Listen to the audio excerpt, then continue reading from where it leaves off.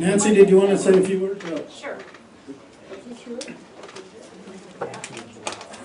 Good morning, everybody. Welcome to R.C. Baker Museum. Our speaker today is Gragnani, and we're so happy to have this program. It's really exciting to me. I grew up underneath 3 rocks. I've dug for Joaquin's gold, and it's going to be a great story. I just want to give you a few heads up. At the end of this building, on the left-hand side are restrooms. There's also restrooms straight through there. If you go back, look for the FFA stuff. The restrooms are right there. Exit doors go to the right. They go to the back. And there's this door, and there's exits out that way. We have some waters right here. And your cell phones.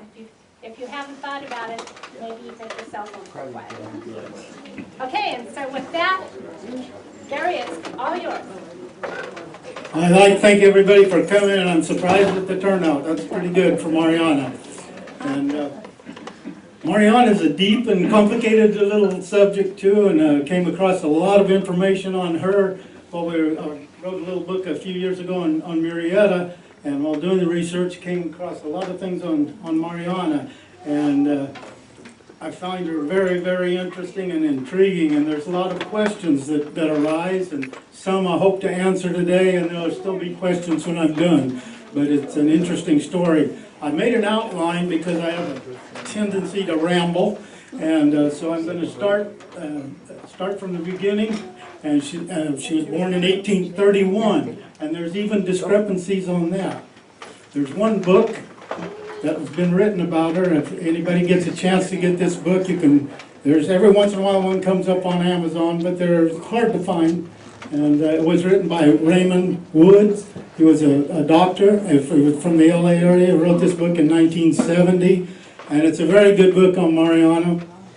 There's a few things I don't agree with in the book from investigations that I did and things that I found, but he was pretty close and right on almost everything, and he even raises questions when he doesn't know the answer. He says maybe somebody else sometime will figure this out, the answer to these questions, and I think a few of them we did figure out.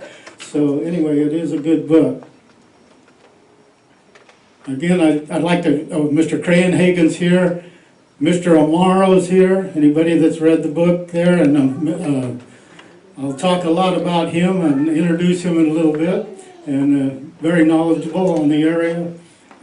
I'd like to welcome everybody again. I made a timeline, so I try to stay in order here, but I'm going to get off on it, I know, because there's a lot of stories. There's things I'd like to read to you, too. I don't want to miss anything by trying to repeat it from my head, because there's a lot of little things that I want you to hear. Mariana went by quite a few different names over her lifetime, and one of the last ones was Mariana La Loca, which means the crazy Marian, or crazy Marian. She went by the name of Ana Andrada, Mariana Martinez, Cholo Martinez, Mariana Murrieta, and perhaps Ana Benitez.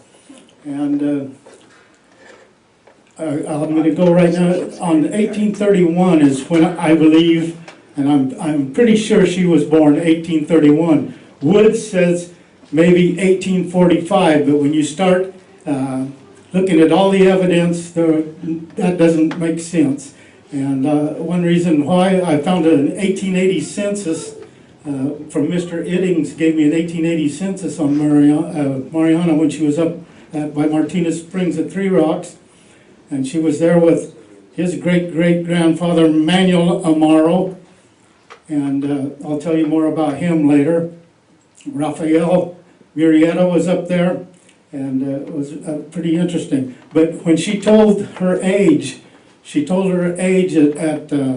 and you subtracted what she told him then, I think it was 43 or 44, you subtract it from 1880, and it puts her birth date at 1831. Other things, there's several different ones. I'm going to look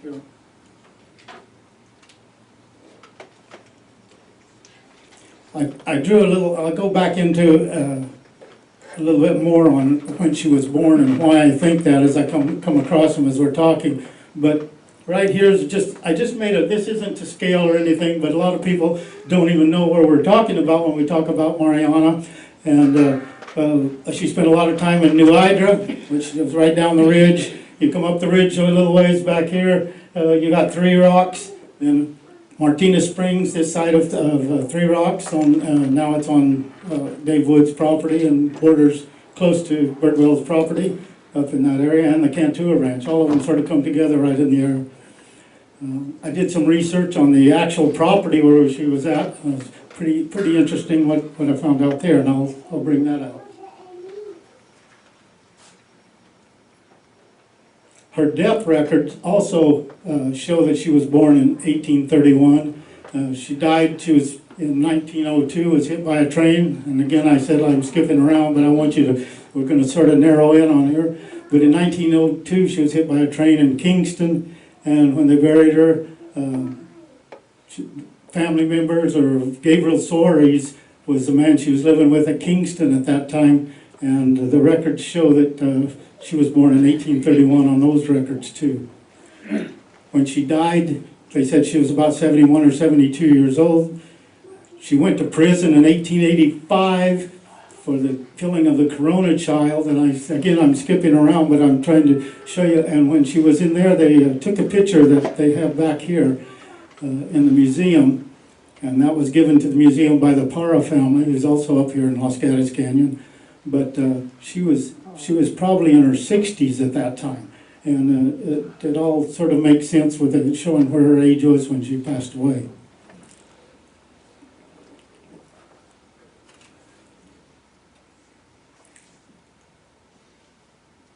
Thomas Duke he was a police commissioner from San Francisco. And in 1910, he wrote a short story about Murrieta, which pretty well summarizes a lot of the books that were written on Murrieta, the first one being written in 1854 by John Rowland Ridge. But in his summary, he names Mariana, he calls her Anna Andrada, one of her aliases, Anna Andrada, and he uses her, or Rosa Murrieta. And it sort of intertwines that they could be the same person. And that keeps coming up time and time again. And so as I talk, I think I'll bring out why that could be true and why it might not be true. But that's a question that's still out there. And one of the first places that Mariana showed up in California, if you read about her a little bit, it sounds like she came up from Sonora, Mexico. She might have been from Hermosillo, Mexico originally. Came up, if you look at what Wood says, he says she came up later, like 1852 or 53, and possibly that was the end of when Murrieta was around this area. And so he's wondering, whether she could have been the wife of Murrieta. From what I found, she came up 1849 or 1850, and there was a Jack Sutherland from Hanford. He was a big rancher from Hanford, and they said he had up to 60,000 acres at one time. His wife was quite a historian, and he came from back east, came to the gold country, to Calaveras and Tuolumne County, mined gold for a while, and then moved to Hanford eventually.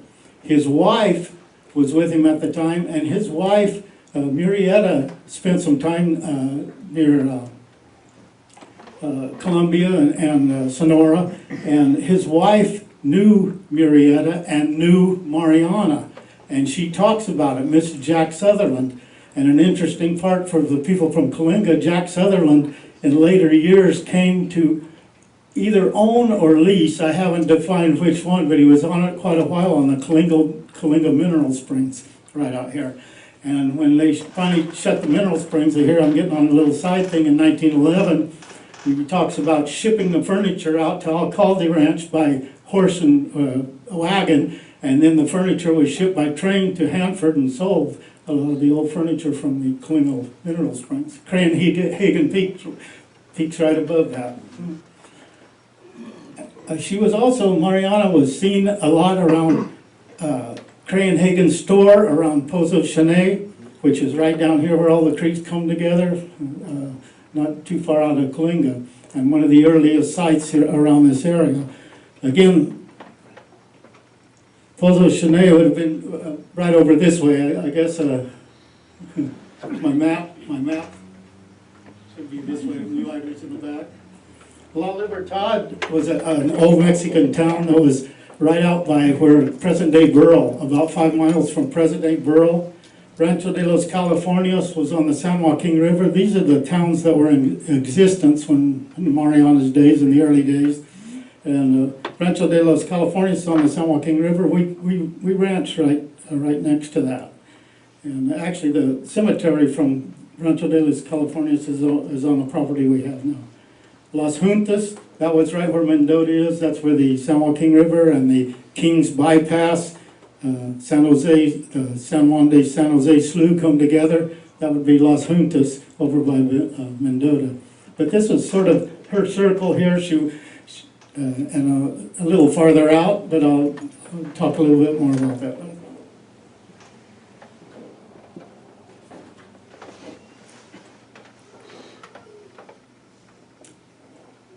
There was a lady and a couple that lived down by Tranquility, which wasn't there at that time, but there was pasture land, and that's sort of where the steamboats in the old days could come up to there. There eventually was a house built there called the White House, and that's just be a little bit east of Tranquility.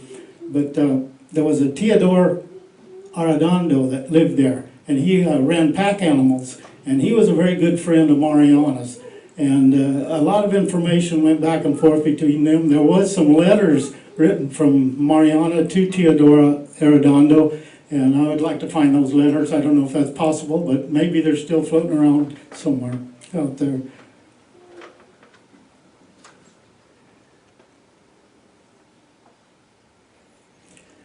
There's something I want to get into, and I know some people are going to go, but Mariana is said to have a son in 1850, and the son was named Joaquin Manuel Murrieta, and they say it was from Joaquin Murrieta and his dalliances with Mariana.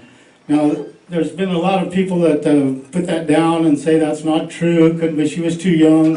From what I find, and her being in 1831, she would have been about 17 or 18 years old at that time. And in those days, it wasn't, out of the question, 12 and 13-year-olds would get married. But I believe she was 17 and 18 at that time. I'm going to read you a little something, and this is out of the book I wrote, and because I can ramble on here, but this will tell you a little bit exactly. Steve Amaro is sitting right here in the front. His great-great-grandfather came back, was with Mariana in 1880, was there on the census. And his great-great-grandfather, I believe, when he first told me the story, I go, and the more I looked into it, the more I found it to be true. And there's a lot of reasons why, and I'll tell you those reasons as we get to it here. But I'm going to read this. There was an article in 1907 that caught my eye because it didn't follow the embellished version. The Murrieta story is written by John Rowell and Ridge, 1854. It's a more localized version from the Hanford Journal about 54 years after the Cantua incident. My interest lies in bringing Mariana to the forefront as a major player in what actually transpired.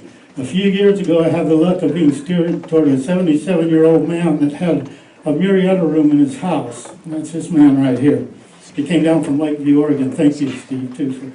A few years ago, I made arrangements to meet with him out of state and was amazed to find many of the Murrieta-related items collected and pictured by Lauda over the period from 1930 until his death were now in this man's collection. His knowledge of locations and events was astonishing. I stayed at his ranch and recorded his history. When I told the others helping research Murrieta the story, they shied away from it. I continued to check on his information and was amazed as each story fell into place. He told me his grandfather was a son of the union of Joaquin and Mariana. He said his mother tried to shield him from it as a child, from the knowledge of who his great-grandparents were. When he was about 17, Frank Lauda came to their home to research this story. His family agreed to the interview if aliases used to protect the family were not revealed or their story published. When I questioned other knowledgeable family members and descendants, they wondered how I knew the alias's name mentioned. They had also discovered this information from an unnamed Fresno State professor who in the 1970s put together a portfolio on the Murrieta story and his findings. This man's knowledge of gang members, locations, and their descendants is amazing. This is the story I was told. A son to Joaquin and Mariana was born circa 1850. He was sent to Mexico and raised by Joaquin's family and was taken there by Teodor Valenzuela and Juan Salgado. And they have stories. Juan Salgado, he hung around that area in Tranquility too. He went also by the alias. They all had aliases in those of Dick Silva. And you'll find where Dick Silva eventually ended up in San Quentin. And that was Juan Salgado, who would be the godfather of Joaquin Manuel Murrieta. He returned to California as an older teen circa 1868. He lived near his mother and was well on his way to following his parents' footsteps. He married a girl called Maria La Gloria from the La Gloria family who had a ranch near the Pinnacles. The family had a close tie with the old town of San Benito where they supplied milk to the locals and for miles around, and including to New Hydro Mines. After brushes with the law and Mariana being tried for the killing of the Corona baby, the time came for him to take his family and leave the country. He went with his wife first to Mexico, then to Brazil. There 3 boys were born. Eventually, they left, went to the Azores, and 2 more boys were born. The Azores and the island of Terceira were the La Gloria family home. It is pertinent that both Brazil and Azores Portuguese, in Brazil and the Azores, Portuguese is the official language, and a definite benefit to Maria La Gloria, who was of Portuguese descent. After a few years, Joaquin Manuel Murrieta left his wife and 5 boys in the Azorean island of Terceira and returned to South America, Brazil. Later, he made his way back to California under the name of Manuel Amaro. As he said, no man could live in California with the name of Joaquin Murrieta. So he also got an alias. He went from Joaquin Manuel Murrieta to Manuel Amaro. And again, I doubted this until I saw the census from 1880, and there was Manuel Amaro right there with Mariana at her camp at Martínez Springs. The Amaro had ties to the Feliz family from Osa and the Duarte family from Atascadero. Humberto Garza, a Murrieta historian, took Mr. Steve Amaro to Las Trincheras, Mexico, the hometown of Joaquin, and he was treated as an honored guest. I recorded this story in a copy of his DNA and is available for future historians to look at. I talk with him pretty frequently. Anyway, that's a little bit about Steve and his ties and growing up. Frank Latta, who wrote what I call the Bible on Murrieta. If you ever get a chance to get a copy of that, you should read Frank Latta's book. Frank Latta didn't talk a lot about Mariana. He took reams and reams and reams of notes from old-timers, and about 1980, they decided to put the, I guess it would be a little bit before that, but to put the book together, and Frank was getting a little bit of dementia. His daughter Mona put the book together, and from Frank's notes, and it's an excellent book if you get a chance. Frank Latta did write some articles in the Tulare paper in 1932, and I have some copies of those articles right here, and he talks about Mariana in those articles, and especially what she did up here at by Three Rocks.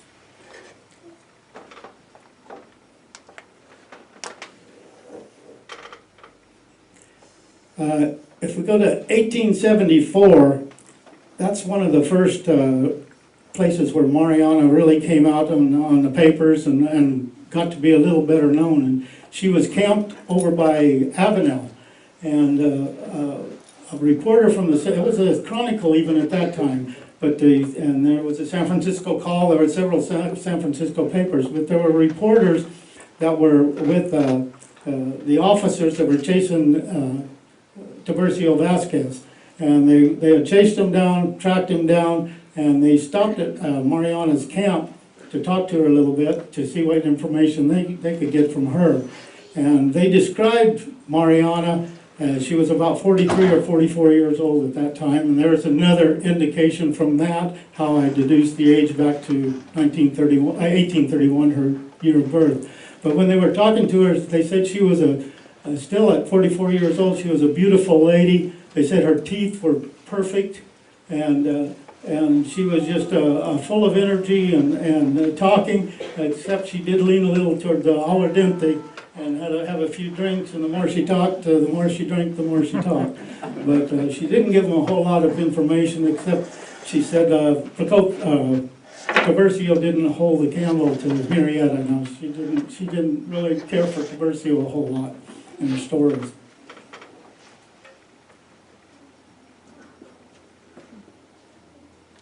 It was said that she hung around New Hydra and the sheep camps with different men up and down. On the 1880 census, she was with a sheep herder named Lenuria, Fernando Lenuria, and he shows as being right there with her. I'd like to read you the Procopio story here. That happened in 1878, and for anybody that doesn't know who Procopio was also an outlaw, and he was the nephew of Joaquin Murrieta. He was born to Joaquin Murrieta's sister Vincencia, and he lived in Niles Canyon in an adobe. This goes back to the Murrieta story a little bit, but the adobe there was owned by Mariana Vallejo and his brother, J.J. Vallejo, and they owned a mill, the flour mill at the top of Niles Canyon, right between Fremont and Livermore. And I brought out in the book, I have no doubt that they were related to Murrieta, the Vallejos. And the reason being, the mother and the wife of Mariana Vallejo, her name was Benicia Carrillo, a few more names, Vallejo. And she was a Carrillo. Murrieta was also, his mother was a Carrillo, married to a Carrillo in Spain, had two boys by the Carrillo. She after he died or divorced him, I'm not sure what happened there, but she moved to Mexico, married Joaquin's father, which is also Joaquin Murrieta, Joaquin Long. And anyway, so Joaquin had two half-brothers, and of course they took the Murrieta name, as was the custom in Mexico when she married Joaquin's dad. So you had two half-brothers. The half-brothers went to Niles Canyon, one of them. Joaquin Carrillo went there, and I'm sure the reason he was given a house or given a little adobe down from the mill in Niles Canyon, and that's where Joaquin hung out. That's where Joaquin's sister was, Vincencia, and also that's where Procopio, whose real name was Procopio Bustamante, his father was a Bustamante, he got killed down in Mexico. And so the sister moved up, and Procopio grew up. He was there when somebody may have been buried underneath the cabin. I don't want to go into that whole story. But anyway, Procopio grew up to be quite the outlaw himself. They call him Red Hand Dick. They had several different names for him. But I have an interesting story here, and I'd like, if I take 1 minute and read it to you, because it involves Hanford. Mr. Brown here is right from Hanford there. And it's a pretty good story on Procopio tying to Mariana.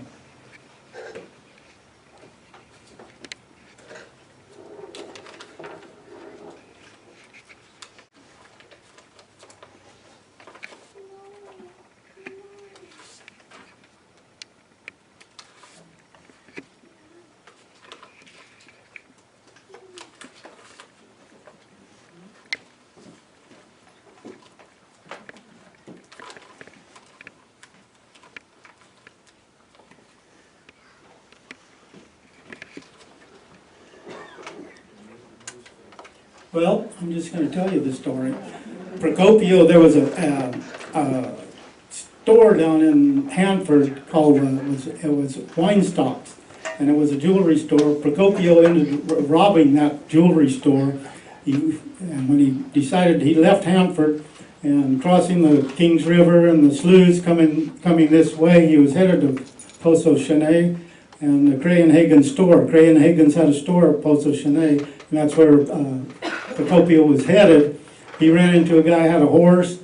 He took the horse from the guy, he took the saddle, took the horse, went a little ways, got the horse bogged down, his boots bogged down, everything bogged down, so he kept on foot, and he came up to Poso Chaney, and then a little ways from Poso Chaney, and I haven't figured out, maybe somebody here can help me, but there was a place the Higuera brothers had, I believe, an adobe, and the Higuera brothers hung out, and it's not Martinez Springs. I always thought maybe that was Martinez Springs, but it's not, because later as he left the Higuera brothers, he went to Martinez Springs. But at the Higuera brothers adobe, the sheriffs were following him from Hanford, and he stopped to spend the night, and he put 2 guns in his boots there, I guess. And anyway, the sheriffs jumped him while he was sleeping, told him to get up, and they were going to take him back to Hanford to face charges. And he asked if he could put a coat on, and they said it was pretty cool, and they said, go ahead. And he went to pull his boots on, pull the guns out of the boots, and shot McGladden. I have pictures of he's buried at the Grangeville Cemetery. But he shot one, killed one of the sheriffs. And then the interesting part that I find in that story, and it was written around 1879, but is that it said after he left the Higueras, and after he escaped from the sheriff's there, he went to his aunt Mariana, and they called her Aneta Murrieta, is what the name they used actually. But he headed up to Martinez Springs to stay with Mariana. And for her to be his aunt, Murrieta would have to be his uncle. And that's another little indicator. So Gary, that adobe you're referring to is up in the Hackalitas. Hackalitas, that's where the Higuera adobe. Yeah. I didn't ever know that, and I always wondered. I said I thought it was Martinez Springs, but it didn't make sense. Thank you.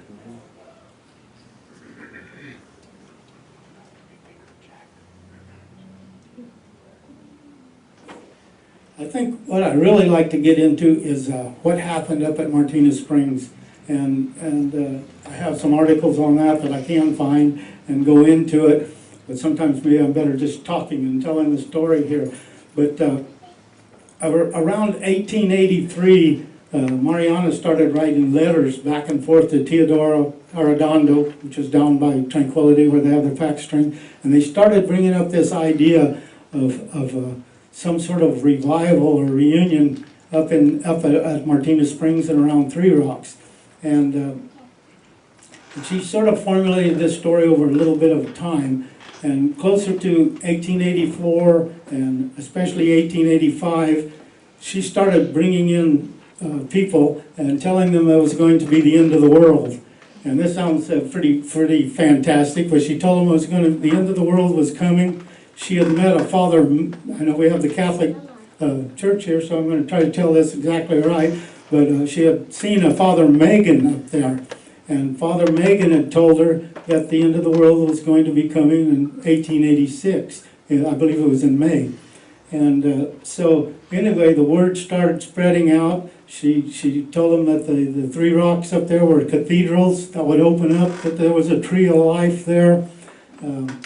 She had some people that were with her at that time, one of them being Manuel Amaro or Joaquin Manuel Murrieta. Same with the same alias. Juan Salgado, the godfather of Manuel Joaquin, was there. There was a guy named Gabriel. Now Gabriel, I believe, is Mr. Soares, who was living with her when she died down at Kingston. He was there, and the Chavoya family, which are on White Creek, right next to Birdwells. Used to be Birdwells, but right there is the old Chavoya adobe.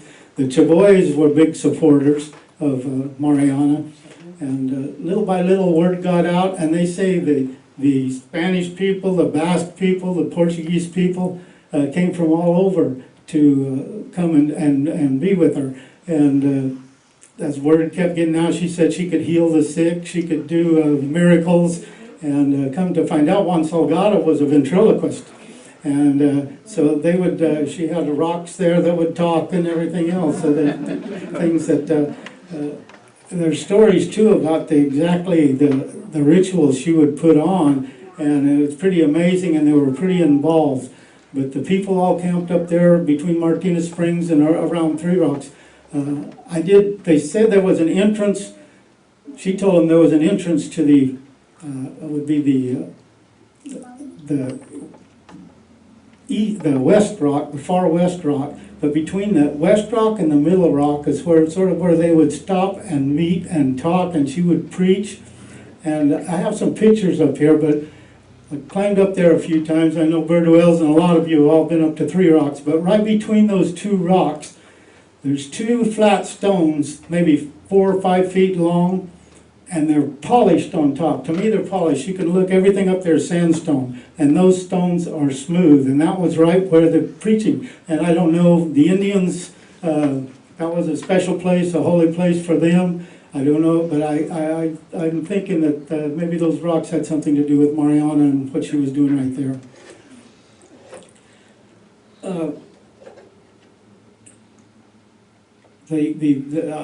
On the preaching there, it went on and on and on, and eventually it came time for there to be the end of the world, and it didn't happen. And I guess it was still a little bit out. But when it was getting right down to the last few people being there, the Chavoyas from White Creek were really heavy supporters. They were given a cow a day almost to support all the people living up there by Three Rocks. And eventually it pretty much broke Chavoya doing that. But right at the end, as everybody was leaving, and of course Mariana was trying to hang on to what she was preaching and what was going on. And she told Chavoyas that if they left, one of them, they would come back crying. They would come back crying if they left her preaching. And the Chavoyas had a son, Delfino Chavoya, was married to a boy from Salt Creek, Corona. And so they call it the Corona child. And Salt Creek is just right next to Cantua Creek. It's just the next creek this way, going up the mountains, right up towards Martinez Springs. But they left, they decided to leave. They weren't gone a few hours, and they came back, and the baby was dying, or dead. And so one of the Chavoyas, of course, they figured that Mariana had poisoned it, so they went and got the officers from Fresno and brought them up to have her arrested for murder. They brought her up to Three Rocks, Martinez Springs. They took the stomach of the baby because, of course, it was midsummer and it would be hard to carry a body clear back at those kind of temperatures. So they took the stomach back to Fresno for examination for poison. They arrested Mariana, put her in jail in Fresno. This is about 1885. And while she was in jail, there was a little girl named Catherine Daly that befriended her. She was like 12 years old, and she was sort of helped with the jail. She would bring water and food to the people in jail, and it was pretty well known as after school that was one of her duties. Well, Mariana supposedly gave a ring or a thimble, maybe both, I don't know, but I know the thimble, to that Catherine Daly. I tried to track that down too, and last I could see, Catherine Daly moved to Ohio, and I couldn't track her anymore from there. But anyway, when they examined the stomach of the baby, they found no poison. And so Mariana was released. And that picture that's in the back, it says 1860 daguerreotype, but it's a tintype from 1885 from when she was in jail. There's several, Seacrest brings that picture out and talks about it a little bit. And so that's what that picture was of Mariana. She was released, and the Chavoyas told her if she ever came back up to that country, they would not have much to do with, she'd end up in a hole is basically what they told her. So she sort of shied away a little bit from that country up there. The next thing that we see her showing up, she went down towards Hanford. She worked for a while, and from the Morrows I found they say the old Artesia Hotel in Hanford. She worked at taking in wash there at the Artesia. And for any of you that don't know what the Artesia or haven't been there, you should go there. It's right across the tracks from the Lacey Mill, which I just closing down after years and years. And I was wondering of the connection to the old Lacey's restaurant here in Calinga. I'm sure there must have been some sort of a relationship there. I don't know for sure. But anyway, the Artesia Hotel, the Tulare Lake came so close to Hanford right there. There was an artesian spring that came up right in the lobby of the hotel. And they piped it outside, and it was quite an attraction for the hotel. But Mariana took in wash there.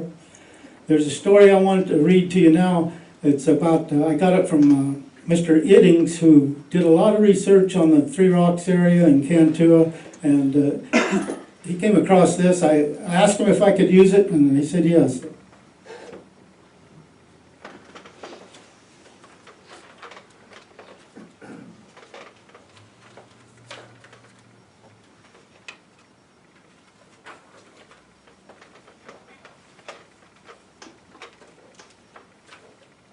This is a copy of a story told by Angel Sanchez, who lived for a short time with Mariana La Loca, or Ana Andrada, and it's transcribed by Marta Herrera, and it's been transcribed from Spanish to English.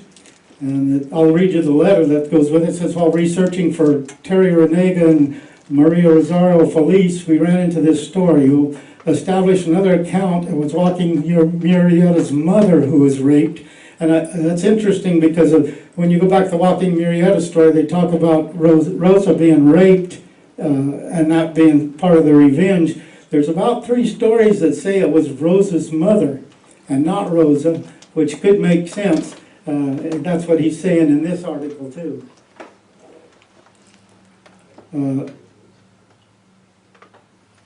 If you have a chance, read Tales of Mexican California by Antonio Coronel. It is more than 50% that Ana Molinero was Ana Andrada, a.k.a. Mariana La Loca. It sounds like something Mariana would have done in a survival mode. It says, enjoy this story. But it's pretty interesting. It says, this is Mr. Sanchez talking, and they're transcribing it. It says, when I returned from the ranch of the Pozo de la Jalón, I stayed not more than 2 months with my boss, Josefa Olivos, and the Olivoses were right up by Hernandez Lake, and they ended up getting killed too, murdered. From there I left for Hanford. When I got there, I found a woman named Mariana, and she had a home rented. It was located in the middle of the town in an alleyway. The house was small. In that time, the streets of the houses had no numbers. I found myself in the streets with her, and she told me, here you are, how have you been? Let's go to my house to sing and drink wine. There I stayed that night, and I liked to have a good time. I stayed with her for 2 months, and that's how she told me about her history from the time she came from Mexico. Now, I'm just reading this for you. You judge for yourself. Some of the dates are different than what I told you, but anyway. She came from Mexico in 1849 in the discovery of gold in California. She came from Guanajuato to Sonora. She came in a caravan, just a child of 12 years old. She came with a family because she was an orphan of a father and mother. When it came to womanhood of plenty, I had plenty of knowledge. I liked a lot of money. I gave myself to the street, giving service to men. In time, I became one moment of strength. I made a lot of money. I came to Los Angeles, San Diego. I had intentions to go back to my land of birth, but I liked so much drinking, I stayed with the money I made. I returned to the camp in Sonora, which sort of agrees with what Miss Sutherland said. When I arrived at the camp in Sonora, since I liked to drink a lot, I would fight with anybody, man or woman. I did little time to pass, and a battalion of bandits came in. This is where I met Don Joaquin, and she calls him Murrieta with a V. And it's interesting, Steve brought that up to me because the old vaqueros would say Visalia, vaquero. They started everything with a B, not a, and so maybe that's confused here a little bit the way he's talking. When I arrived at the camp in Sonora, I liked to drink a lot. I would fight with anybody, man or woman. I did a little time and the bandits with Joaquin Murrieta, and that's where the first mule train I had with the bandits, that's where I met the companion. That would be the woman of Three Finger Jack, and the woman was named Juana Chiriqui. That's how I learned of the Three Rocks of Cantua. When the bandits would take all the gold, they would from the Anglos, they would kill them. Three Finger Jack would divide the squad. He would go there where the Chinese worked. He would tie them together by their braids, he would kill them and take their gold. He would cut one ear off every Chinese and would put it on the collar of his horse. We would go together all the way to Cantua. The sheriff's police would follow us. We would head to Cantua. We had an Indian named Vajia, which means lookout, where we would sleep. The Indian would be on lookout till morning. They would hit the saddle and to Cantua, pass by the Three Rocks because that's where the trail from New Hydra and Pozo de Shani ran. Some Irishmen came to the camp at Sonora and got the mama of Joaquin Murrieta. That's where they're talking about the rape. Tied her up. They go into that. But then there was other companions I had, and I don't remember the names of all of them. The name, what Mariana La Loca told me from Hanford. When she told me this, it was the year of '89, after the ceremony of the three temples de Galilea, which she called Three Rocks, when they came to Banderitas, which Banderitas is the name of Coulterville. That was originally called Banderitas. And so it looks like Mariana might have been there. The place where Donna Mariana was. Murrieta liked her the moment he saw her because she was a tyrant and had an ego. She was drinking at bar time. Murrieta entered with his band of men to get there from drinks. The moment he entered, he saw her with a gun in her hand. Anyway, he talks on how he met Mariana. This is interesting. We carried, when they went back to Cantua, we carried the gold on 2 mules. We rode to the Sierras of Cantua. We would get to Arroyo Cantua, and they would leave me and my companion, Juana Chacre. They say, here you will lose your life if you leave before we return. If the enemy comes, you will shoot to kill, defend yourself. You know, and this is the story that Sanchez has taken. He says, don't tell them anything, but they said everyone would bury their money where they can. Murrieta would stay in the place where they split the money in the Arroyo Cantua. And by saying that, every man had his own money. Every man might have gone and buried little bits of gold somewhere up there. And some of those guys got killed, so maybe there is some still up there. Who knows? But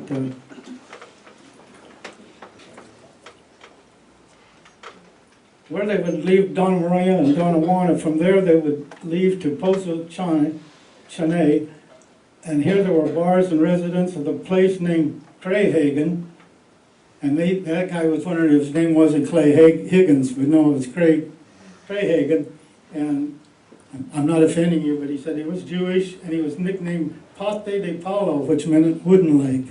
But you know if he had a wooden leg? Yeah, he did. He lost it at age 14 there in Germany. And so he had a splinter that went up his leg when he was sliding on the So that part's correct anyway, that looks like.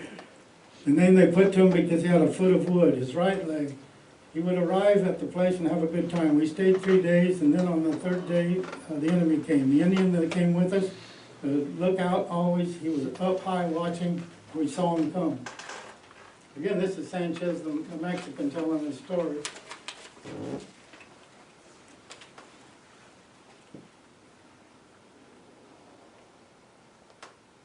They talk again.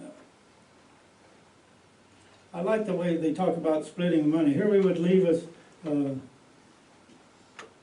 this road would take them to the Sierra Cantua. 2 miles before arrival, they did the same thing, routine with us. Here they would leave us until they came back. They left knowing they would split the money and would bury it in different places. We would go to the canyon openly, only to the, where it was open only to the sky. And reading different things, you start thinking of a Canyon 29 and Lions Canyon as being the steep canyons back in there, open only to the sky. We followed the path to Panochita, which is Panoch Valley, arriving at Rancho de los Longans, and the Longans were Irish, very good friends of Murrieta. We slept there, changed horses the next day, and left to other places. We did not arrive there, let's see, let me get something. Anyway, that's more just about where they're splitting things up a little.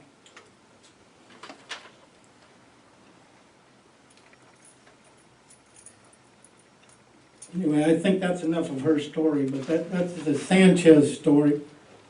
There's also another story that was written and I'm just going to tell it to you instead of reading it, but it's called The Gold Cap of Joaquin. And it was written by an Indian from Wood Lake in 1949. There was an Indian lady that there was a professional, she's not an archaeologist, she was more in the study of people.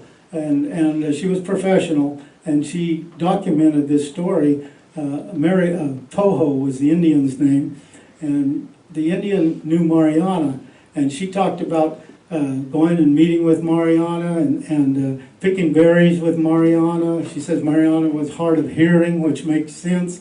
Mariana told her she was out of money. She says, why don't you go back to Three Rocks and find, Murrieta's gold and all this stuff. And anyway, it's a story on and on, the gold cap of Joaquin. I just thought it was sort of interesting story.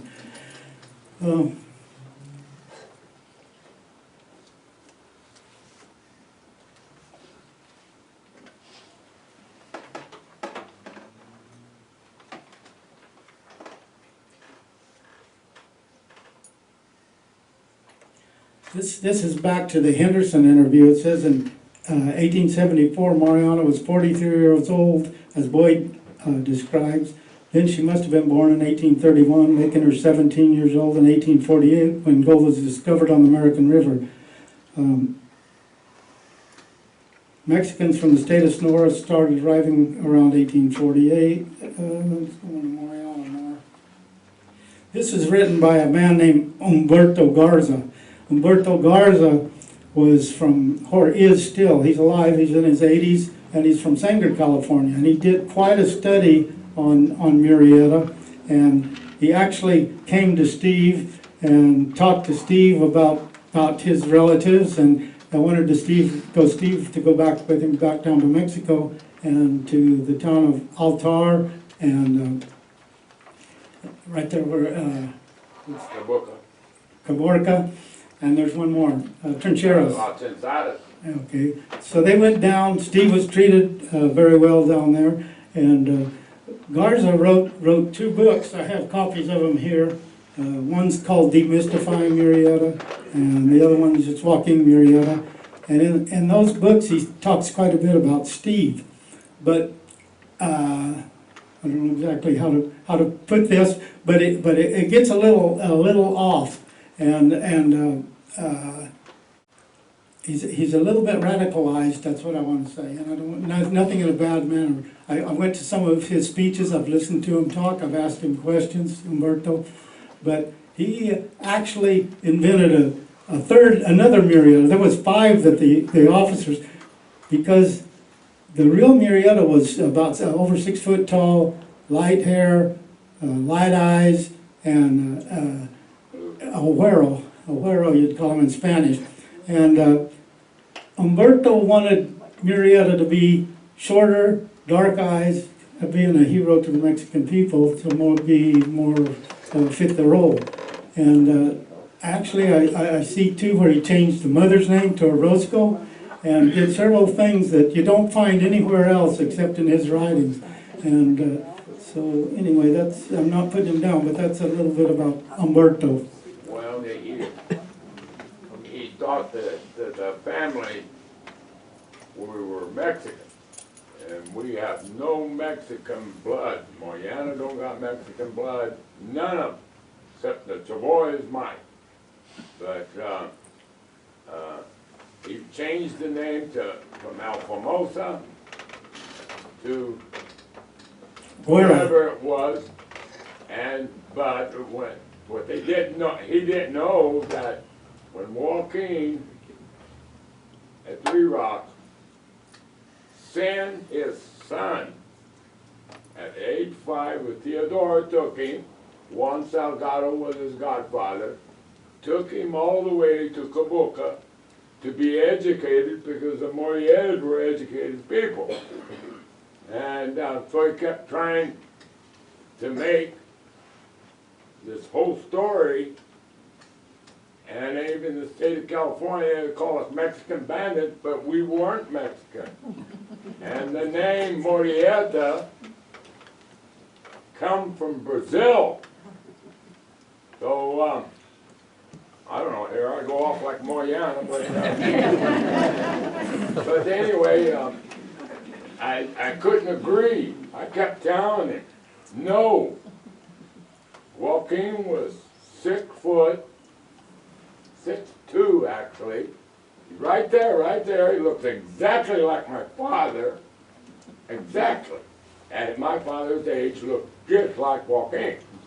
So I kept telling him, and I couldn't get him over, but he taught Mexican history at the University of San Jose State. So he wanted to put the Californios in a different, most of us were. The Valleos are white, Castros are white. They crossed later, with other people, but no. So it left a bad taste in my mouth, because here I went down. I used to buy fighting bulls down from Sonora, from the Murrietas, and I just told them, and finally I just said, no, I'm gonna have nothing to do with this, I gave them the bloodlines, I gave them the stuff, and this gentleman behind me, Cranehagen, we used to stop at a store. I knew he had an uncle or a grandpa that's named Theodore. Yeah, that would have been one of Gustav's sons. Oh, okay. So And he was then my great-grandpa. Joaquin Jr., when he was here, he came back at about 18, and he had served the Mexican army in Mexico. Then he came back and met up with his mother. Then Joaquin Jr. was going, they had a lot of warrants because of the Muscle Screw tragedy in Hanford. See? And so he went ahead and he'd buy horses from Black Horse Jones up to Hackalitas. Garzas. He was up in Garzas. He wasn't up in the Hackalitas, he was up in the Garzas above Avenel. Okay, well, yeah, okay. So, Buried at Grangeville. and then he turned up, he'd take the perch and stud, buy him a colt, and then turn him out with a wild mouse. And actually the Three Rocks was just a lookout to see where NAS Lamore is, and see the Mustangs coming into water. And that Joaquin himself would cut. Now, he wasn't there then, he was already in Brazil. That sign there, I can prove it, that Joaquin lived to be 90 years old in San Pablo, Brazil. See, that's why everybody gets confused with the Portuguese, the Spanish, or they're trying to make Mexicans out of you. There's nothing wrong with being Mexican. It isn't that. It's it wasn't. Let me tell a little more of your history. You told me. I mean, you're telling this good, but the area of Martinez Springs, it really interested me. Where Mariana had, it was quite a big building there. It was like, you might have been up there, Mr. Brown, I don't know, but they say the foundation is, and there's pictures that were taken earlier from the grave up on the hill that shows, you can see a little bit of a foundation. It's a pretty good sized building that was there, and probably adobe and maybe part adobe, part wood. But when you look at that, it's the southwest quarter of the south. It's the south half of the southwest quarter of Section 18. And I looked that up, and in 1880 that was owned by a Feliz, F-E-L-I-Z. And actually, and then they put F-E-L-I-S, Feliz. And there's some that one was a Feliz, right. Mariana. And Steve says that he believes that Mariana was a Feliz and could have been Rosa. And so when he started telling me all these stories, I started again tracing back, and on that property, Steve's grandfather, they actually ran horses on that property. It later came into possession of Dom Jean, and part of the Dom Jean Ranch, which now Dave Woods has. And anyway, that is one reason that his family continued to stay on that property for a while, run horses up there for years. Then the other thing is the Chaboyas. The Chavoyas in later years got in a fight with his grandfather in Lemoore at a bar called the Gym Bar in Lemoore, and it was a knife fight, and it was over the baby that was killed by Mariana, and it was quite a knockdown, drag out fight. They called the sheriff. The sheriff came, and the sheriff said, "I'm not getting in the middle of that. They'll kill me." He said, "Let them fight." And anyway, they finally broke it up, loaded his grandfather in the car, and somewhere outside of Lemoore, he jumped out of the car, broke his neck, and died. And why would his grandfather be fighting with the Chavoyas over the baby that died some 50 years before if there wasn't a relationship going on there? That's my father told me, see, my father's the one that told me about Mariana. But when my dad would have talked about Mariana, she'd go, "The old lady Andrade, that's her."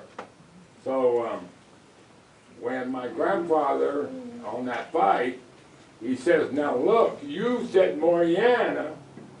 So my Frank Silva, the constable of Lemoore, says, "Tony, go down." And my dad was ready to go to New Guinea in the war. This is 1943. So he had another soldier with him, and my cousin Manuel was in my grandfather's car. He was only about 5.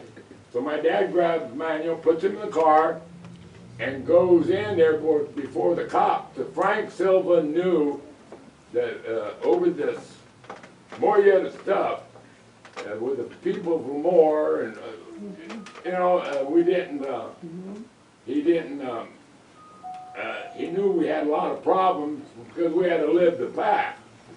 So anyway, when he said, "No, you're blaming Mariana to kill the baby. Your mother was the one who picked the baby." they gave him a choice which one would die, and the mother made the choice.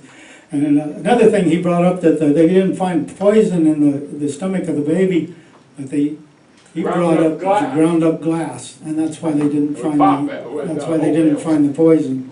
That's a story my grandpa told me, that the baby died from her feeding it broken glass. And so that's sort of the same story that they're coming from here. And his family, they homesteaded in White Creek. In White Creek? Yeah. Were they Chavoyas or different? James Acres. Acres? Oh yeah. The Acres, the Nuneses, the Chavoyas, the... And then, so my dad got his dad, and the other soldier got a hold of him, drug him out, put the fight up, and then Short and the police from Lemoore and came in and said, "Tony, put him in the car." Frank Silva, put him in the car. And boy, he's dragging. You get these people mad, they lose it. And so he went ahead. My dad got him, and we're South Seas on 18th Avenue. Well, it's a Dairy Queen there now, and Lacey Boulevard. There was a curve. So my dad was gone. "I'm going to finish that fight. I'm going back." And "You're not going back. You're going home and sober up." And the soldier was in the back seat with Manuel, and my grandpa was in the 35 Plymouth on the right. He opens the door. My dad's doing about 35, 40. He tried to grab his dad. Dad jumps out of the car, breaks his neck. And that's why my mother would try to keep this. Because of this Mariana at the Catholic Church, my mother was devout Catholic. And I was in catechism 3 times a day. And she would put a bandana of vinegar with a rosary. "I have to pray for you because you got a bad seed." Huh? How's that to be raised like that? So anyway, go on, but that's what caused it. Yeah. I was just a few other things around Lemoore. When Steve took me for a ride and sort of showed me where he grew up and different things. And what I was amazed about when we were riding around, He says, this lady right here was descended from Cholo Martinez. Cholo Martinez was a great vaquero horse catcher. And he was catching horses for Murrieta, and Martinez Springs, I believe, is actually named for Cholo Martinez. And anyway, what's her name? You can tell me her name. Silva, you mean? Jimmy? Bertha? You took me to her house, so I can't think of her name. Oh, Bill Silva, the barber, Lamore, was a Martinez. His mother was a Martinez. And then his uncle was George Valenzuela. George Valenzuela was related to my grandfather through the Felice side. So my dad had to raise told us about that we were Felices. He I said, said, well, how come we've never met him? And he said, well, we just don't go. My mother said, we just don't go over there. And then, like Frank Lottie book. My mother and dad told Frank Lottie when he signed that book, he said, I do not want Amaro in that book. And you got the picture right there, the Amaros are in the book. And it's in that book. yeah, Amaro name is mentioned in this book as being with Mariana in 1880, and it specifically mentions Manuel Amaro. Wood does. It's interesting that when Manuel Amaro came back from Brazil, from Terceira to Brazil, back to California, where did he go? He went to Bakersfield to the Carr and Hagen Ranch. Carr and Hagen, they were huge landowners, not as big as Miller and Lux, but they were big. And they got their money from San Francisco when it first started. They were in the ice business. I think the power, there wasn't any power in those days, and I think it was ice. I don't know what else that they were into. But they made big money. They bought ranches all over, but by Bakersfield, the Carr and Hagen Ranch, and working on the Carr and Hagen Ranch, was Manuel Amaro. When the sons came back from Terceira, they came up, saw Mariana, and then went down and went to work for the Carr and Hagen Ranch with their father. All these things, all these ties come together, and to me, just more and more proof that what he's saying, everybody thinks we're crazy because I'm not crazy. My wife does. But I believe this story has got so many things that bring it together that there's definite validity to it. Well, you got those spurs there, Gary. Look at these spurs. Those were handed down for 3 that we see. And then you can show my great-grandfather, Manuel Amaro, with the long riata, and you'll see these spurs, these very spurs. Thank you. All right, I want to go back to Rosa Murrieta a little bit, Joaquin's wife, and maybe how the transition might have taken place. And it was pretty definite that she wasn't killed. As she was showing up at the adobe there in Niles Canyon, was quite well known by a lot of people up that way. And in fact, there was a Sheriff Broder from Alameda County that knew Rosa and was very good friends. In 1853, when Joaquin disappeared from the scene, their cattle were being stolen. They had a few head of cattle and different things. They were growing vegetables there, different. And so she went and stayed with Sheriff Broder.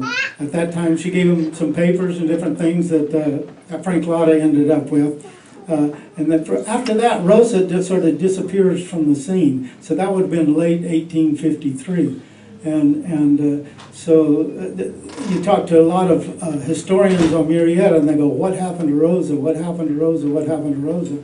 And that's where maybe this transition to Mariana took place, or maybe not. I'm not going to say definite, because it's interesting. Both of them were born in about 1831. That's an interesting thing I found. And the Felice property where Martinez Spring is named Felice. Now, how did that happen? My own father gathered horses from the Damajans. We rented it because we were long line teams. We scraped and built levees we had like 60 work horses, mules, and the family.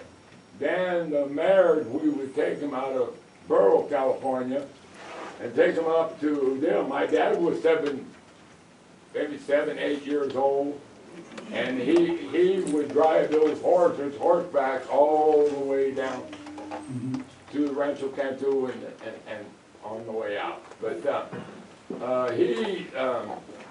Tom and Jens was real good friends with our family. And Walt Freeman was a friend of mine to shoe Walt's horses. And Walt knows exactly. And I called Walt, and he was ready to move out of Wortham Canyon, and he had moved to Sanger River bottom. And I used to ask Walt, do you really, because my grandfather and brother, Mariana's first burial spot was at Calvary Cemetery in Hanford. He said, well, when they died, my grandfather and his brother Frank was older. Frank was born in Brazil. And Frank, they took the father, Joaquin Jr., and Mariana's body. She only had a number there. And so they took and they buried him. And Walt Freeman told me, Steve, I've been by that grave. I know exactly where. I think you found it. I think you found it. But where it is, he said, I know exactly where it is. So I said, well, can I get with Dave Woods and see if we can get some permission? He said, I'll try the best thing. There goes Walt. He dies. All right, I think I want to lead in, this is a perfect lead in to Mariana's death. That's a very interesting story, what happened there and what happened after her death. In 1902, she was living in Kingston, and with a wood chopper. Woods, in his book, he thought the guy's name was Cabral. And he said, maybe sometime somebody will figure I can't find any Cabral or any history of any Cabral living there. And then that guy's name was Gabriel Suarez. And I found out from the inquest on the death of Mariana. In 1902, she was walking on the railroad tracks just out of Kingston, and they said she walked away. The California Limited was coming. He comes around a curve and straightens out. It's right where the crossing goes to the golf course, if you're familiar with that Kingston area. Kingston no longer exists, but right across the river from Layton. And they said the train engineer said she walked towards the tracks, then turned away, then walked back and walked right into the train. Train going probably 50 miles an hour, 40, whatever it was. Anyway, it killed her. They loaded her body on the train and they took it to Hanford. They did an autopsy. They said all the bones and crushed and jellified and all that.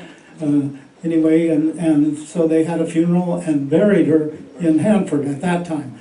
And the Calvary Cemetery in the Potter's Field. So I went there and tried to find her grave, and those graves are basically unmarked. They're so far back, too, if there would have been marks, they're gone, if there's anything. Nobody knew exactly where it was, or if she'd been disinterred. But she was disinterred one time, we know for sure. And that's an interesting part of the story. Gabriel Suarez, too, is an interesting character. He puts his birthplace as being Brazil, and he was in what they call the War of the Rebellion. And the War of the Rebellion, if you look there, I said, what the heck is the War of the Rebellion? And that's the Civil War. That's what they called it. And there was a tax collector from Hanford named Peter von Weyler, who actually owned the property where the little house was, where Mariana and Gabriel Suarez were living. Steve brought up some information that he didn't even know about this Gabriel Suarez. When I told him Gabriel Suarez, things started clicking in his head. But he said Gabriel Suarez had a son that married the sister of Maria La Gloria, who was married to Mariana's son. So they were brother-in-laws. And so there's a tie that we just recently sort of figured out. But anyway, after the burial of Mariana, there was a group of, I don't know if they were Masons, some fraternal group was from Hanford up in San Francisco at some meetings, and they decided to go to Jordan's Museum, downtown San Francisco, and that's where Murrieta's head, at that time, it was there until 1906 during the earthquake, and supposedly Murrieta's head, I don't believe that was his head either. But anyway, they went to see it, And whose head was in there? Mariana's. And she had only died like less than a month before. And so these guys were from Hanford. They were familiar with Mariana, and they were familiar with the story. And if you think this is documented in newspaper articles, I have copies of them. I put copies of it in my book that I wrote, but on Murrieta. But these guys from Hanford said something's wrong here. They buried Mariana, and she was quite well known because she had a scar on her face, pretty good one, supposedly put there by Murrieta. But anyway, so when they got back, they went to, they call it the sexton at the cemetery. They went to the sheriff and they told him about seeing the head in San Francisco. So they disinterred Mariana and dug her up, and her head was still on, and her hands were there, and everything was normal, everything was right. And to me, that puts a little case back on Jordan too. There was Mariana's fake head. How real was Murrieta's head, you know? And if it might have even been a real head, but I don't believe it was Murrieta's head. So Gary, you're saying that you don't think Joaquin was killed at the Battle of Cantua? No, he July wasn't. 1850? I'll guarantee it. He was or was not? Was not. You don't think so? I'll guarantee it.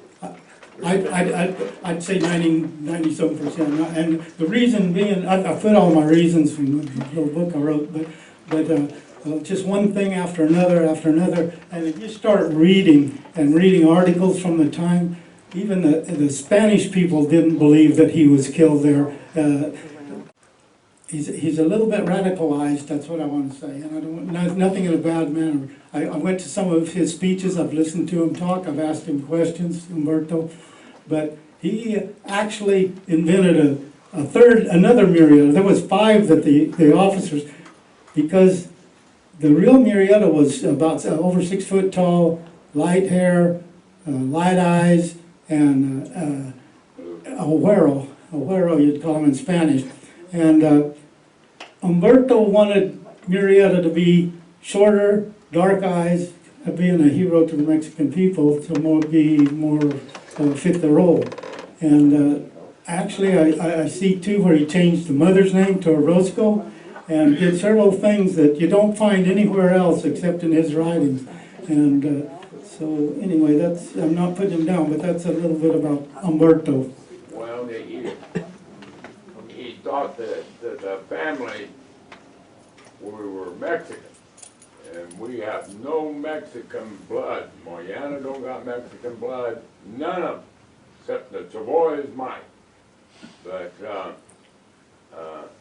he changed the name from Alfamosa to whatever it was, but what they didn't know, he didn't know that when Joaquin at 3 Rocks sent his son at age 5, when Theodore took him, Juan Salgado was his godfather, took him all the way to Cabuca to be educated, because the Murrietas were educated people. And so he kept trying to make this whole story, and even in the state of California, they call us Mexican bandits, but we weren't Mexican. And the name Murrieta come from Brazil. So, I don't know, here I go off like Mariana, but anyway, I couldn't agree. I kept telling him, no, Joaquin was 6 foot, 6'2" actually. Right there, he looks exactly like my father, exactly. At my father's age, looked just like Joaquin.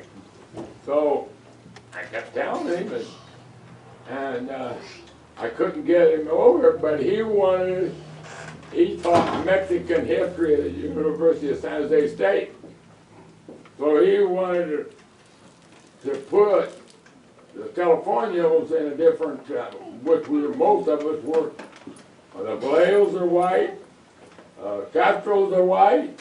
They crossed later, you know, with other people, but no. So it left a bad taste in my mouth, because here I went down, I used to buy fighting bulls down from Sonora, from the Murrietas, and I just told them, and finally I just said, no, I'm gonna have nothing to do with this, you know. I gave them the bloodlines, I gave them the stuff, and this gentleman behind me, Cranehagen, we used to stop at his store. I knew he had an uncle or a grandpa that's named Theodore.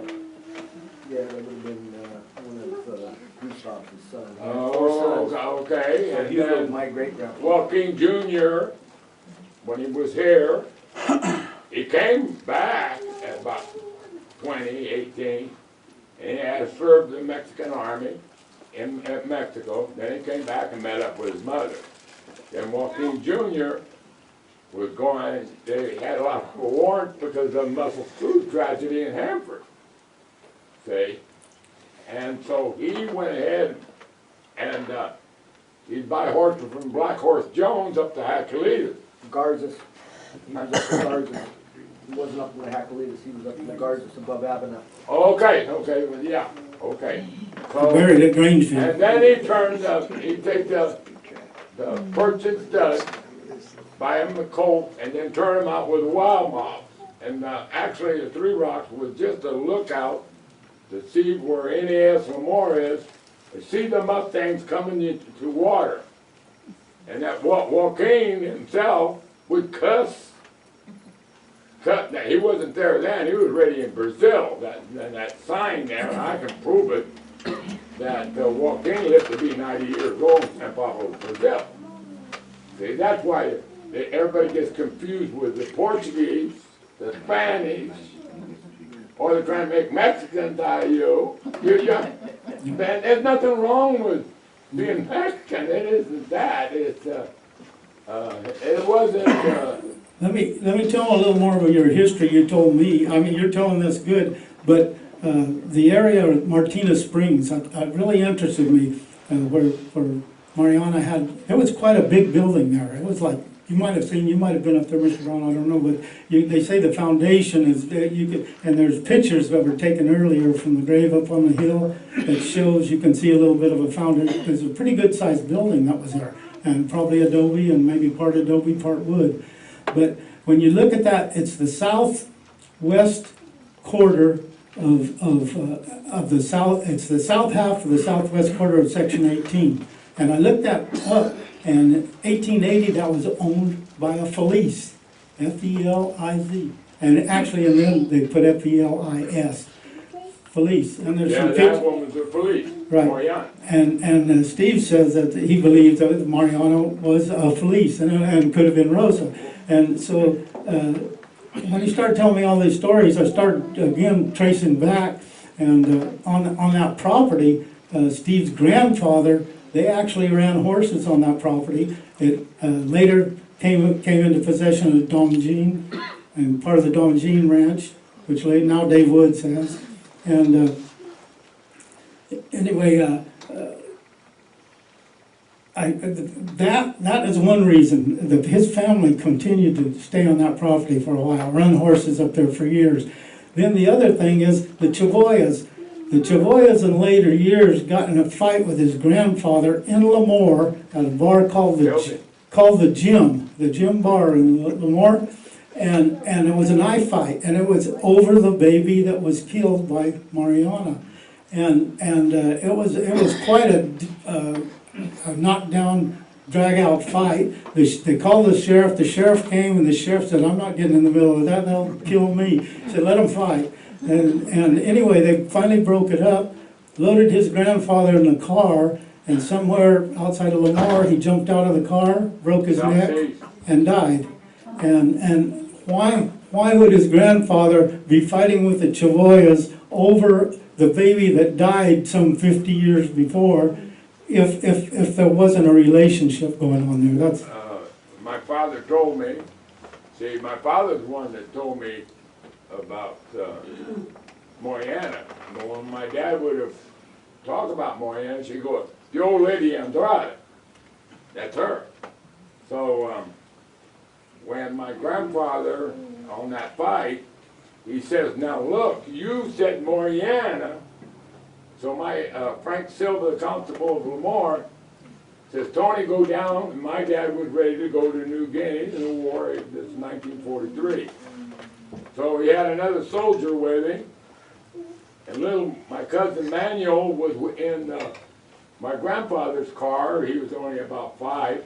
So my dad grabs Manuel, puts him in the car, and goes in there before the cops. So Frank Silva knew that over this Murrieta stuff, with the people of Lemoore, and we didn't. He didn't. He knew we had a lot of problems because we had to live the path. So anyway, when he said, "No, you're blaming Mariana to kill the baby. Your mother was the one who picked the baby." Yeah, they gave him a choice which one would die, and the mother made the choice. And then another thing he brought up, that they didn't find poison in the stomach of the baby, but he brought up ground up glass, and that's why they didn't find the poison. That's a story my grandpa told me that the baby died from her feeding it broken glass.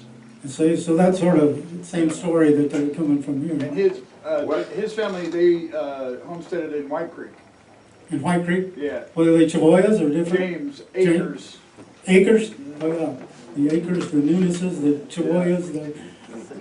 And then, so my dad got his dad, and the other soldier got a hold of him, drug him out, split the fight up, and then Short and the police from Lemoore and came in and said, "Tony, put him in the car." Frank Silva, put him in the car. And boy, he's dragging. You get these people mad, they lose it. And so he went ahead. My dad got him, and we're South Seas on 18th Avenue. Well, it's a Dairy Queen there now, and Lacey Boulevard. There was a curve. So my dad was gone. I'm going to finish that fight. I'm going back. And you're not going back. You're going home and sober up. And the soldier was in the back seat with Manuel, and my grandpa was in the 35 Plymouth on the right. He opens the door, and my dad's doing about 35, 40. He tried to grab his dad. Dad jumps out of the car, breaks his neck. And that's why my mother would try to keep this. Because of this Mariana at the Catholic Church, my mother was devout Catholic. And I was in catechism 3 times a day. And she would put a bandana of vinegar with a rosary. "I have to pray for you because you got a bad seed." Huh? How does that to be raised like that? So anyway, go on, but that's what caused it. Yeah. I was just a few other things around Lemoore. Steve took me for a ride and sort of showed me where he grew up and different things. And what I was amazed about when we were riding around, he says, this lady right here was descended from Cholo Martinez. Cholo Martinez was a great vaquero horse catcher. And he was catching horses for Murrieta. And Martinez Springs, I believe, is actually named for Cholo Martinez. And anyway, what's her name? You can tell me her name. Silva? You mean? Jimmy? Bertha? You took me to her house, so I can't think of her name. Oh, Bill Silva, the barber of Lemoore, was a Martinez. His mother was a Martinez. And then his uncle was George Valenzuela. George Valenzuela was related to my grandfather through the Feliz side. So my dad had already told us about that we were Felizes. I said, "Well, how come we never met him?" And he said, "Well, we just don't go." My mother said, "We just don't go over there." And then Frank Lotte book. My mother and dad told Frank Lotte when he signed that book He said, I do not want Amaro in that book. And you got the picture right there, the Amaros are in the book. And it's in that book. Yeah, Amaro name is mentioned in this book as being with Mariana in 1880, and it specifically mentions Manuel Amaro. Wood does. It's interesting that when Manuel Amaro came back from Brazil, from Terceira to Brazil, back to California, where did he go? He went to Bakersfield to the Carr and Hagen Ranch. Carr and Hagen, they were huge landowners, not as big as Miller and Lux, but they were big. And they got their money from San Francisco when it first started. They were in the ice business. I think the power, there wasn't any power in those days, and I think it was ice. I don't know what else that they were into.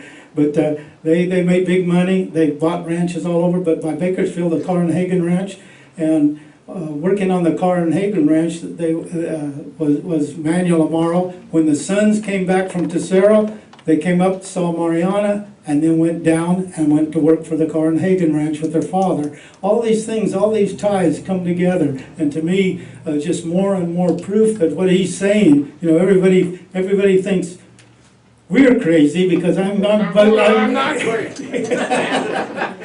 My wife does. But I believe this story has got so many things that bring it together that there's definite validity to it. Well, you got those spurs there, Gary. Look at these spurs. Those were handed down for 3 that we see. And then you can show my great-grandfather, Manuel Amaro, with the long riata, and you'll see these spurs, these very spurs. Thank you. All right, I want to go back to Rosa Murrieta a little bit, Joaquin's wife, and maybe how the transition might have taken place. And it was pretty definite that she wasn't killed. As she was showing up at the adobe there in Niles Canyon, it was quite well known by a lot of people up that way. And in fact, there was a Sheriff Broder from Alameda County that knew Rosa and was very good friends. In 1853, when Joaquin disappeared from the scene, their cattle were being stolen. They had a few head of cattle and different things. They were growing vegetables there, different. And so she went and stayed with Sheriff Broder. At that time, she gave him some papers and different things that Frank Lotta ended up with.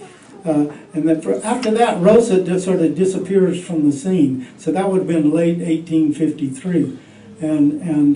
So you talk to a lot of historians on Murrieta, and they go, what happened to Rosa? What happened to Rosa? What happened to Rosa? And that's where maybe this transition to Mariana took place, and maybe not. I'm not going to say definite, because it's interesting. Both of them were born in about 1831. That's an interesting thing I found. And the Felice property where Martinez Spring is named Felice. Now, how did that happen? My own father gathered horses from the Damajans. We rented it because we were long line teams. We scraped and built levees we had like 60 work horses, mules, and the family. Then the mares, we would take them out of Burrow, California, and take them up to them. My dad was maybe 7, 8 years old, and he would drive those horses horseback all the way down to the Rancho Cantua and on the way out. But Damajans was real good friends with our family. And Walt Freeman was a friend of mine to shoe Walt's horses. And Walt knows exactly. And I called Walt, and he was ready to move out of Wortham Canyon, and he had moved to Sanger River bottom. And I used to ask Walt, do you really, because my grandfather and brother, Mariana's first burial spot was at Calvary Cemetery in Hanford. He said, well, when they died, my grandfather and his brother Frank was older. Frank was born in Brazil. And Frank, they took the father, Joaquin Jr., and Mariana's body. She only had a number there. And so they took and they buried him. And Walt Freeman told me, Steve, I've been by that grave. I know exactly where. I think you found it.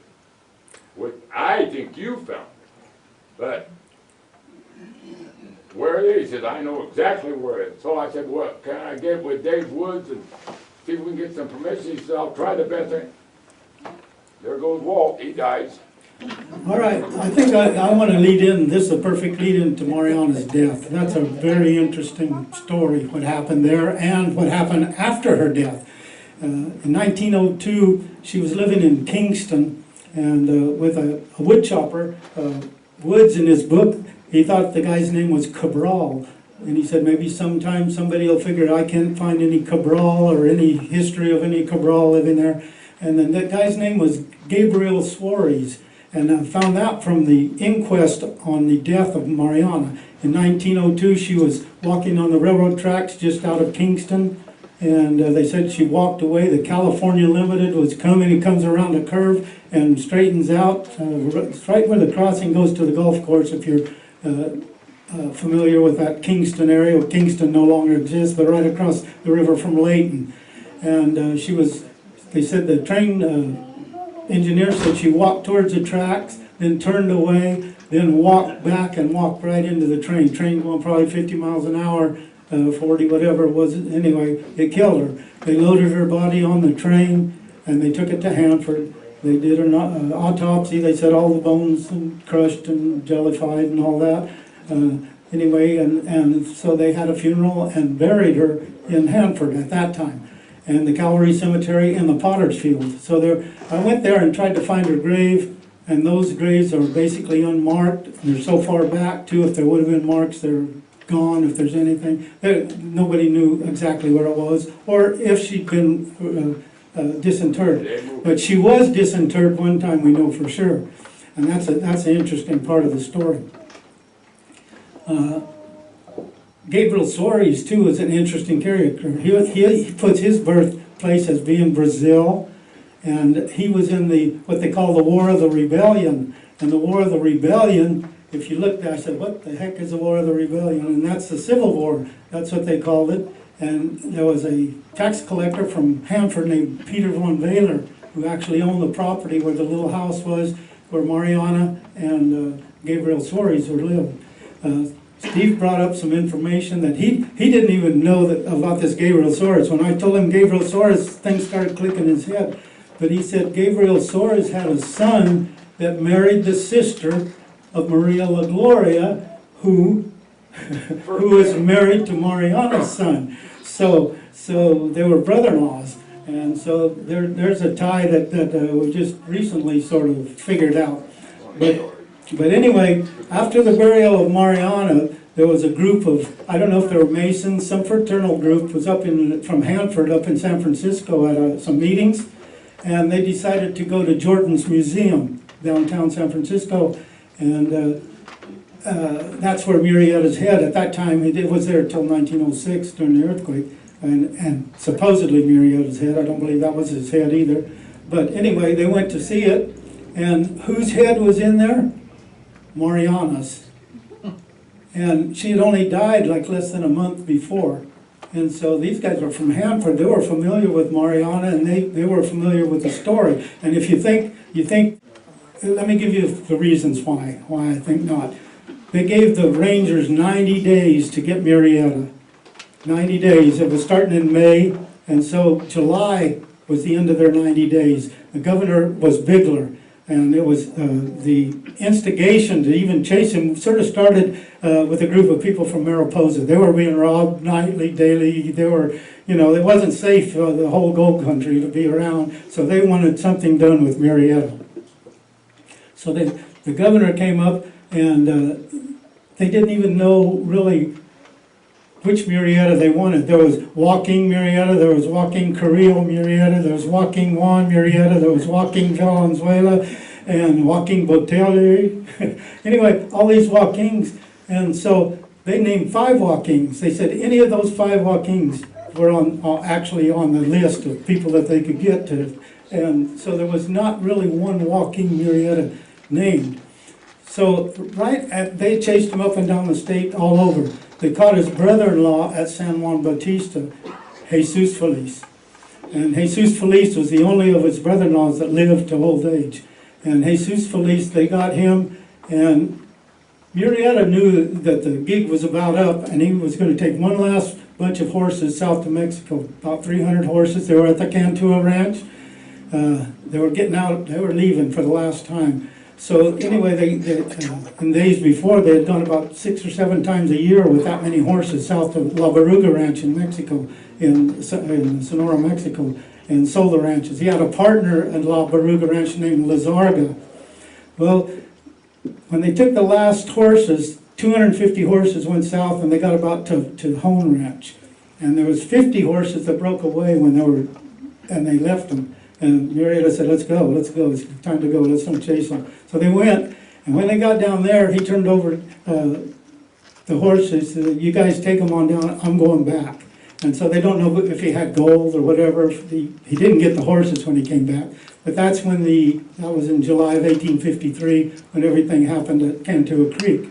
Well, some people say it was up at Three Rocks when that happened. Some say it was Cholo, a guy that took care of Joaquin's horse. They recognized the horse and not the man so much. Anyway, they were at the end of their 90 days. They needed a head. And Joaquin Valenzuela was definitely killed there. Three-Fingered Jack was definitely killed there. Chapo was the man taking care of Chapo was taking care of the horses. There was 2 men captured, Anton Lopez and a man who was the Eagle Eyes called Ochoa. He was captured. Anton Lopez drowned in the slough when they were crossing, and some say maybe he drowned, maybe it was purposely, because he knew the real Murrieta. They didn't want him, maybe, they don't know, who knows. Anyway, I'm going to keep going with this story a little bit. He went to Ochoa to Millerton and got some better alcohol to preserve the head. They actually had 2 heads with them at that time, and they had Three-Fingered Jack's head too, and it was so rotten and shot full of holes that they buried it in Millerton. They went on with the 1 head to 1 hand. They went to Hornitos. They had a short trial there, just in front of a judge for Ochoa. They found him guilty, but decided to take him on up to Benicia, which is the capital of California. They went on up to Benicia, put Ochoa in a jail cell. They got their reward. But the night that they put him there, he was broken out and hung. So there again, the other two witnesses were both dead now. And they got their money. They were paid originally $1,000. That was raised to another $5,000 to $6,000 for the head. And the Chinese people of San Francisco threw in another $1,000 because the Chinese group were so glad to see Murrieta gone. And then you start reading immediately in the newspapers, this one, that one, the other one, challenged. I believe the Rangers needed Murrieta dead so they could get the reward and to satisfy. As long as Murrieta was gone, Bigler was the governor, he was off the hook. I even think in the back of my mind, Vallejos might have had, there were relatives in high places, and something might have gone on, Murrieta, get out of the country. Anyway, that happened. Well, it's kind of convenient though, Gary, that as soon as after the Battle of Cantua Creek, all the thieving and stealing stopped. It did. It slowed down. I'd say there's still some thieving going on. It slowed down considerably because Murrieta did leave the country. He was gone. He went down to Mexico.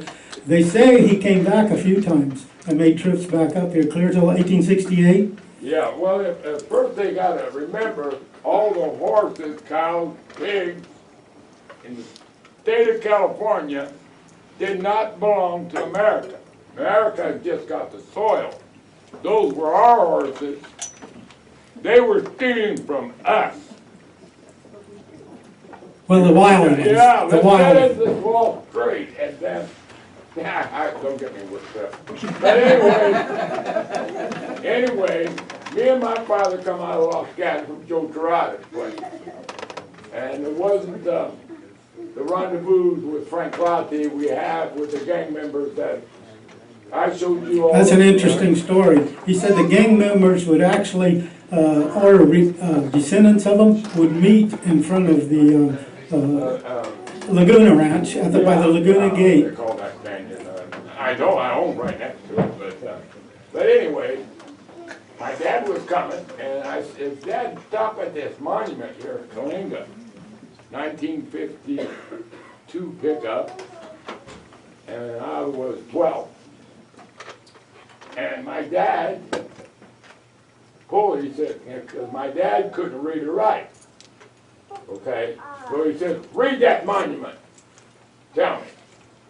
So I read the monument, robbing the stagecoaches and notorious Mexican bandits and all this stuff, you know, it's on those monuments. And he just looked, that man never robbed a stagecoach in his life.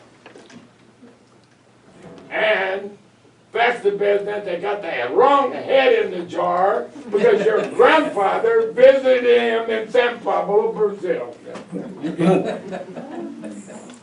Anyway, he's true about the stagecoach. The only stagecoach that was ever tied, one time there was the head that they did get. They were moving it in the gold country from one place to another, and they held up the stagecoach. They had the head in it, and you know, and it could have been Murrieta, some of their guys. I can name everybody on that picture. Yeah. Okay, that's Joaquin. That's my grandfather right here.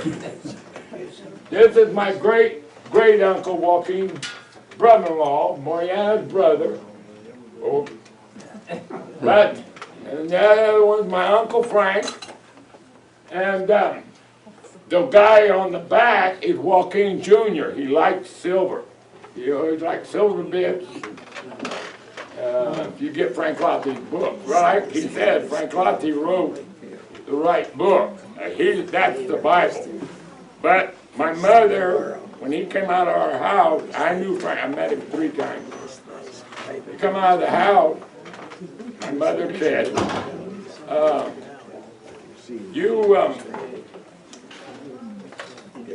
pressure pills. But anyway, she says, let me get my train of thought back. Well, anyway, I don't know what time it's getting to be here, but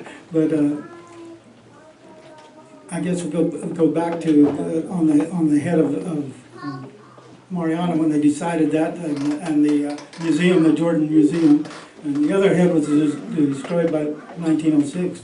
And anyway, and you were asking your question too about. Well, I was just saying, you know, there's been a lot of talk about what happened after the battle of Cantua Creek, and what they actually killed there. And so, it's a mystery. Yeah, it's a mystery, but They made it a mystery too. yeah. They've been standing But, for so long. Now that's a Vallejo, right? That woman. I don't know what he was. Well, she's a Vallejo. So Gary, there's one Okay, thing that that's you Joaquin didn't touch on. himself. He looks exactly like my dad, and that's Mariana, her. And that was taken in El Capitan Beach because they were robbing Three Finger Jacks in that picture. And they were robbing the rich Santa Barbara people, and Mariana would put an umbrella, and there was no white women in California. Till the gold rush, after the gold rush. No white women were doing it. Indian women and Spanish Wait women. a second. You got the Donner Party that came over. So you got the Donners, the Reeds, the Breens. Okay, what I'm saying, that picture was taken when the gold rush came. There was no white women in the state of California before Sutter. That's not true. Oh, yeah, maybe one, but they were all married.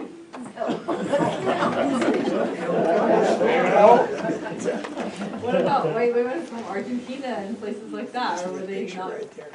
No, the Brazilian, they speak the language of Portuguese. Yeah.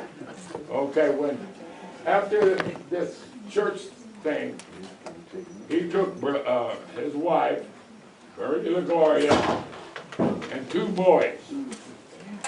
Joaquin Jr. was American born, Marie LaGloria was American born. Then my grandfather was born on the Azores. When they got for amnesty, Joaquin got an amnesty. Anybody you get to the Azores Islands, those are penal colonies, but you can't leave. The children can leave. So he came. Joaquin only lasted 2 years on that Terceira, and then came back to Brazil, come back again, and then meet up with his mother. Steve, let me go back a little bit here. I'd like, the Catholic priest is here, and I'd like to talk just a little bit. I didn't get into it a lot, but Father Megan, that Mariana said that she saw up by Three Rocks. Father Megan was a very famous priest in California, but he died in 1831, about the time Mariana was born. So of course Mariana never knew him, but he was well liked, very well liked, and he was also a prophesier. After he died, they wanted to canonize him, and you know more about that than I do. They tried to canonize him, and spent some time doing that, and I'm not sure whether it ever came to be or not. The other thing on Father Megan,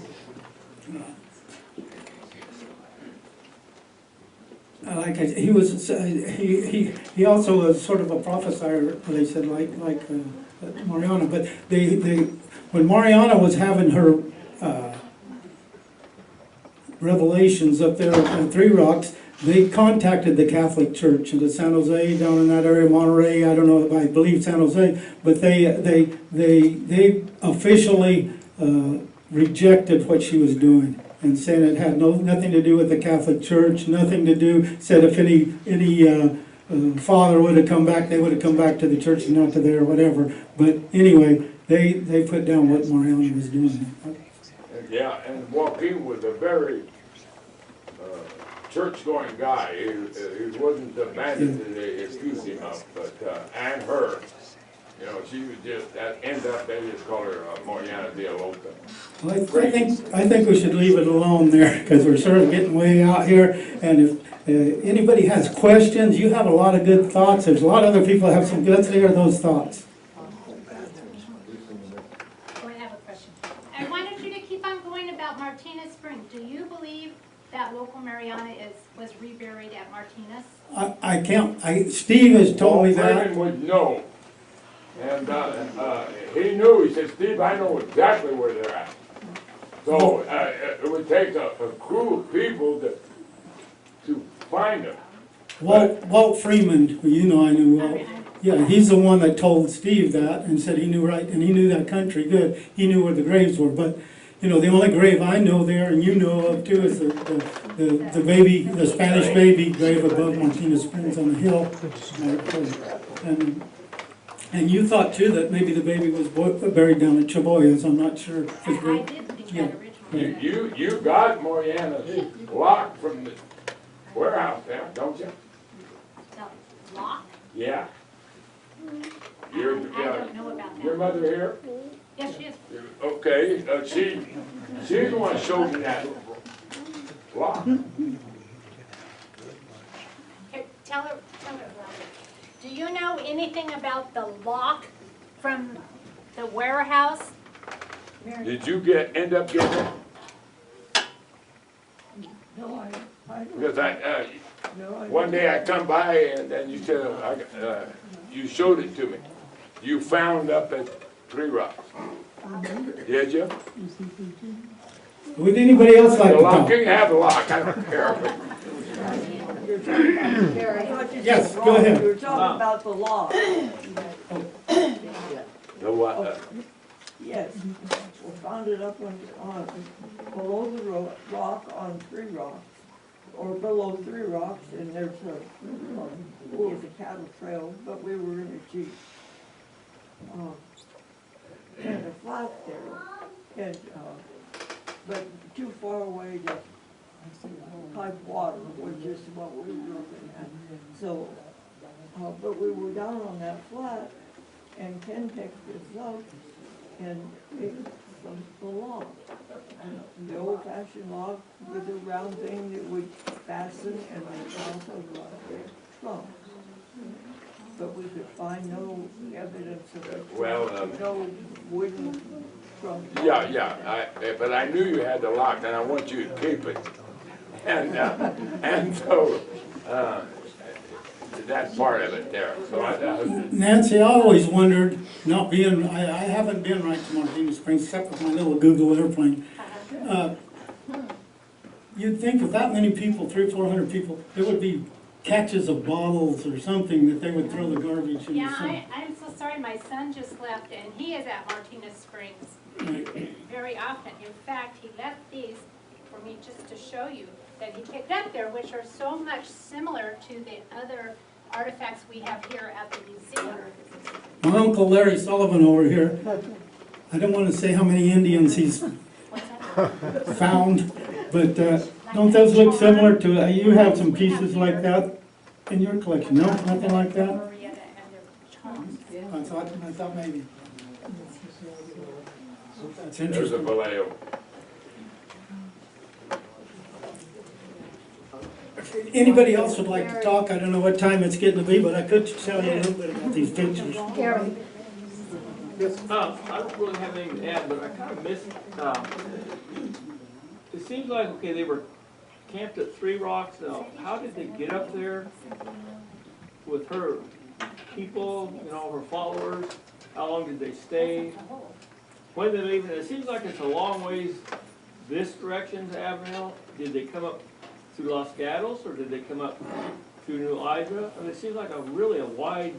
I imagine they came both ways, but there's paper, Hornitos and Merced paper articles about guys leaving in wagons. The town of Borden by Madera, they said, was almost vacant. So many Mexican people lived there and went to Mariana's. And so I'm sure wagons and teams, and how they fed all the horses, I don't know. But there's no, I don't see them coming up Los Gatos back in King. You know, it's hard to get, even if you're on Birdwells, it's hard to get up there. And she So knows you more know, about that. what time frame was the, was she leading these people up there? What, 1883 to 1885. She was talking about 1883, and 1885 it sort of culminated, and when everybody was up there the most. And there's a discrepancy too, because when she said it was going to end in May of 1886, the end of the world, and yet she went to jail in 1885. So how did that happen? You know, the end of her time period hadn't run out yet. So there's a little discrepancy there too, but that's the basic period. I just need a recap. Interesting. Yes. I don't know if you've said this already, but are you writing a book, and when will it be out? Well, I'm still confused, as you can tell. So I don't want to write a confusing book, but there is a lot of information on Mariana and some information, but I think more needs to be found before a real good book. That brings me to another little story that Steve told me about his grandfather being up in the hills. He says when they would drink water up there, he said he went hunting with his, around New Hydra, and of course there's a lot of mercury, chrome, every other heavy metal you can think in the water up there, and went to drink out of a creek, and he said, don't drink there, don't drink there. He said, you got to drink where the pink flower grows. And he said, the pink flower, I looked it up, and he told me too, it's wild spearmint, and that won't grow where there's heavy metals. And so I'm thinking the old vaqueros and the old outlaws probably knew that story too. Yeah, we come up through the Horse Gang Springs and went to the Picacho mine. And my dad didn't want me to go. I was 12 years old, I had this 30-30, I want to kill this deer, And we deer hunt. And Valley Silva, which is Martinez, okay, said, Tony, let him go. He said, oh, no, man, if there's something happened to that kid, then my wife would. And so he says, go. He's a young man, let him go. So I went, and I went up from the Horse Gang Springs where the one camp was. That I knew. Then it came up and then hit up by the Picacho Road. And they let me stay there, and this old Sandy, old California, he goes, you stay right here. We're going to get up on top in the Blue Shale territory again. So I stood there, following orders to mine that man, my dad told me. So I stood there with a rifle, waiting for these big bucks. And he waved his hat. So he waved his hat when I start going. Well, they were using me for a dog. Okay? I'm the kid. So I got up there, and then I went to get some water, and he said, Stevie, don't drink that water. Got magnesium in it, and then we'll never plug you up. So I get it. He said, you gotta go where the pink flower grows, that's what he said. So he said, you follow me, and we have to go over one more time. I end up owning the ranch where the pink flower grows. And I came over, and there was water, I mean cold, ice cold. He said, you see that pink flower? Yeah? He says, that's peppermint. Where peppermint grows, you can drink the water. And so I filled my canteen. And he said, now look, Stevie, you always drink the water where the pink flower grows.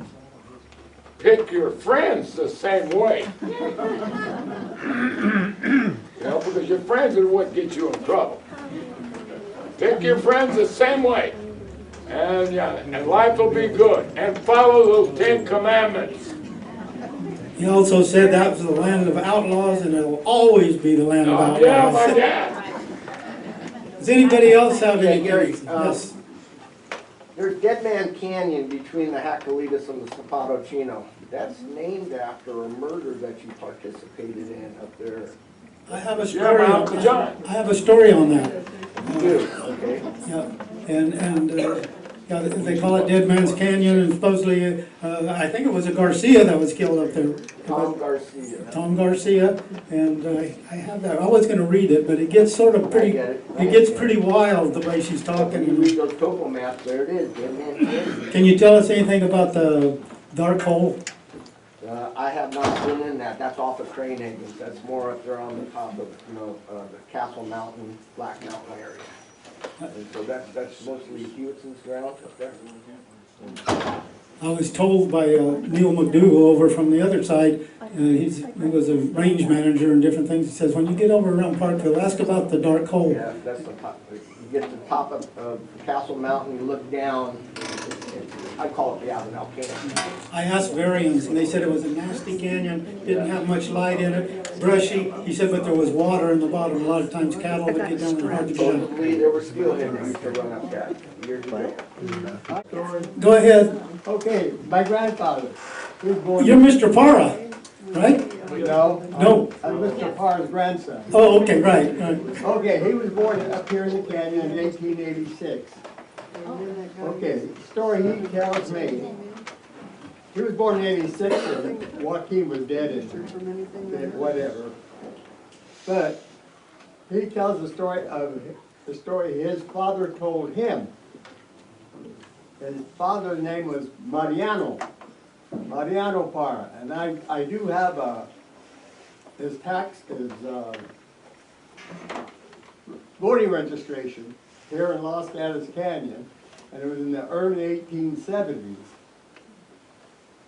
And his address was White Creek and Lewis Creek.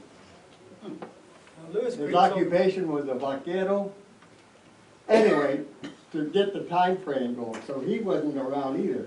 But he tells a story of a man visiting, going through the canyon, telling him a story that when this man was a young kid, he was riding with my grandma, some toughs, older guys. And they were looking for Joaquin's, the caves where he had his treasure or whatever. He said he took him up, and he took him up by 3 rocks up on the ridge. But there was a cave, but the only way you can get to the cave, you had to lower you through there from above. So being he was youngest, they lowered him down into the cave. He swung in, and he did see like leather bags or whatever, but he also saw a skeleton. So the kid was smart enough to say, if I tell him there's gold here, I'm gonna be the skeleton. So he waved off and said, nah, there's nothing here. So they pulled him off and rode off, and that was the end of the story. But I don't, take it for what it's worth, I don't know how true. Well, your story, that's a good story. I think Nancy's brought up, they call it Enchanted Cave, right? That everybody looks for? Or is it, the Enchanted Cave too might be the one at the rock, I don't know, but a lot of people have looked for that cave for years and years. I was set up one time in Clovis, and an old man, I had Murrieta, the hat I got from Hornitos, sitting there, and he comes up and he starts talking to me, and he says, I've been up there, I've been in Murrieta's cave. And boy, my ears pricked up, and I go, yeah? And I said, when was that? And he goes, a long time ago. And so the first thing I thought about, because everybody that says anything, and there's actually a write-up here about Murrieta's cave in 1926, they visited, right? I believe yeah, that you showed it to me, and there's a write-up about it, and it was in the newspaper. But every one of them says the entrance is from the top, you have to go down a rope, maybe 10, 20 feet, whatever, and get down in it. So they all describe it the same. And so your story is probably right on. That's what that old man told me, and as soon as I turned around to give, well, where was it, he was gone. So there goes that. Anybody else have anything they'd like to say or any questions? I know that was a confusing talk, but she's a confusing person. You do a good job with it, making it like slightly less confusing and more interesting. Makes us all want to follow it. Anybody else with anything, or Nancy, you'd like to say anything else? I just want to thank everybody for coming, and stick around for a few minutes if you want to see some of these things. There's pictures and books up here, and